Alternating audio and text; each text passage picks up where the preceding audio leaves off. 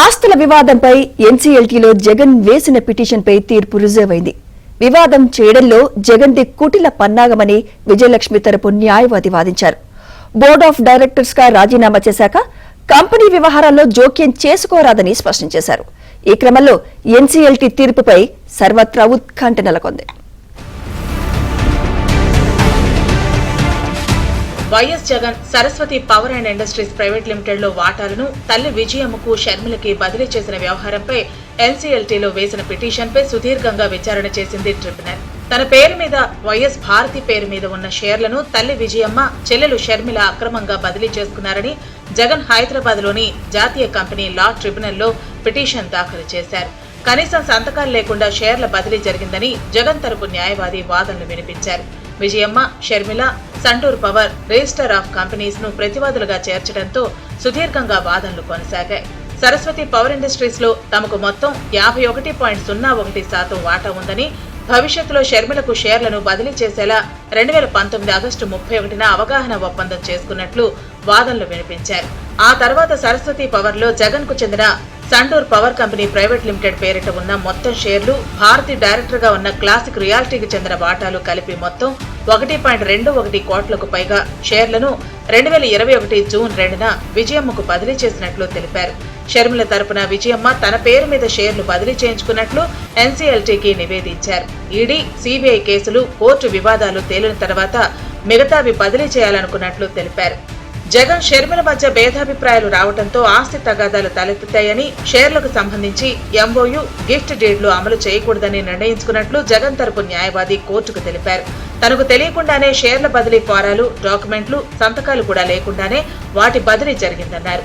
ఇది కంపెనీ చట్టానికి విరుద్ధమని చెప్పారు. నిబంధనలకు విరుద్ధంగా జరిగిన షేర్ల బదిలీని రద్దు చేసి జగన్, భారతి క్లాసిక్ రియాలిటీ పేరిట 51.01% యథావిధిగా కొనసాగించేలా ఆదేశాలు ఇవ్వాలని ఎన్సీఎల్టీని కోరారు.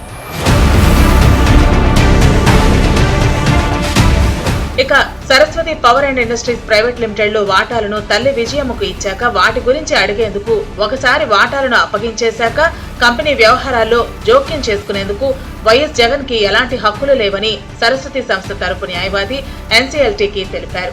గిఫ్ట్ ఇచ్చాక ఏకపక్షంగా అవగాహన ఒప్పందం అంటే ఎంఓయూ రద్దు కుదరదని, చట్టపరంగా దీనికి ఇరుపక్షాలు అంగీకరించాల్సి ఉందని విజయమ్మ తరపు న్యాయవాది వాదించారు. ఎన్సీఎల్టీలో సెక్షన్ 59 కింద పిటిషన్ వేసి వివాదం చేయడంలో జగన్ది కుటిల పన్నాగమని వాదనలు వినిపించారు. ఇక సరస్వతి పవర్ తరపు న్యాయవాది వాదనలు వినిపిస్తూ వాటాల బదలాయింపు ప్రక్రియ కంపెనీ విచక్షణాధికారంపై ఆధారపడి ఉంటుందని పేర్కొన్నారు. బాండ్ను నోటరైజ్ చేసి అందించిన తర్వాతే వాటాల బదలాయింపు జరిగిందని తెలిపారు. ధర్మాసనం జోక్యం చేసుకుంటూ పిటిషనర్ కుటుంబ వివాదంతో సంబంధం లేకుండా కంపెనీ చట్ట ప్రకారం విధులు నిర్వహించాలి కదా అని ప్రశ్నించింది. వారి అంతర్గత వ్యవహారాల్లో జోక్యం చేసుకోలేదని సరస్వతి పవర్ తరపు న్యాయవాది మరోసారి కోర్టు దృష్టికి తీసుకువెళ్లారు. 2021 జూన్ 14న వాటాల బదలాయింపునకు విజయమ్మ లేఖ ఇచ్చారని చెప్పారు. జూలై 2న బాండ్ సమర్పించినా దాన్ని నోటరైజ్ చేయలేదని, జూలై 5న నోటరైజ్డ్ బాండ్ సమర్పించారని ఆధారాలను సమర్పించారు. వైఎస్ జగన్ వాటాలను తల్లి పేరుతో బదలాయించారని, ఆమె హక్కుదారని సరస్వతి పవర్ తరపు న్యాయవాది తెలిపారు. జూలై 26న గిఫ్ట్ డీడ్ ఇచ్చారని, జగన్ చెల్లిపై ప్రేమ లేదంటున్నా తల్లిపై ఇప్పటికీ ప్రేమ, వాత్సల్యం ఉందనే చెబుతున్నారని గుర్తు చేశారు. జగన్, భారతిరెడ్డి బోర్డు డైరెక్టర్లుగా రాజీనామా చేసి వెళ్లిపోయాక కంపెనీ వ్యవహారాల్లో జోక్యం చేసుకోరాదని పేర్కొన్నారు. గిఫ్ట్ డీడ్ చెల్లదని జగన్ అంటున్నారని, దీని చట్టబద్ధతను సివిల్ కోర్టులో తేల్చుకోవాలని ధర్మాసనానికి వివరించారు. వాటాల బదలాయింపుపై కంపెనీ చట్టంలోని సెక్షన్ 59 కింద పిటిషన్ వేయడానికి తగిన కారణం చూపాల్సి ఉందని విజయమ్మ తరపు సీనియర్ న్యాయవాది కె వివేక్ రెడ్డి వివరించారు. క్లాసిక్ రియాలిటీ తగిన ప్రతిఫలం తీసుకున్నాక సంటూర్ పవర్ లోని 62,000కు పైగా వాటాలను విజయమ్మకు బదలాయించిందని చెప్పారు.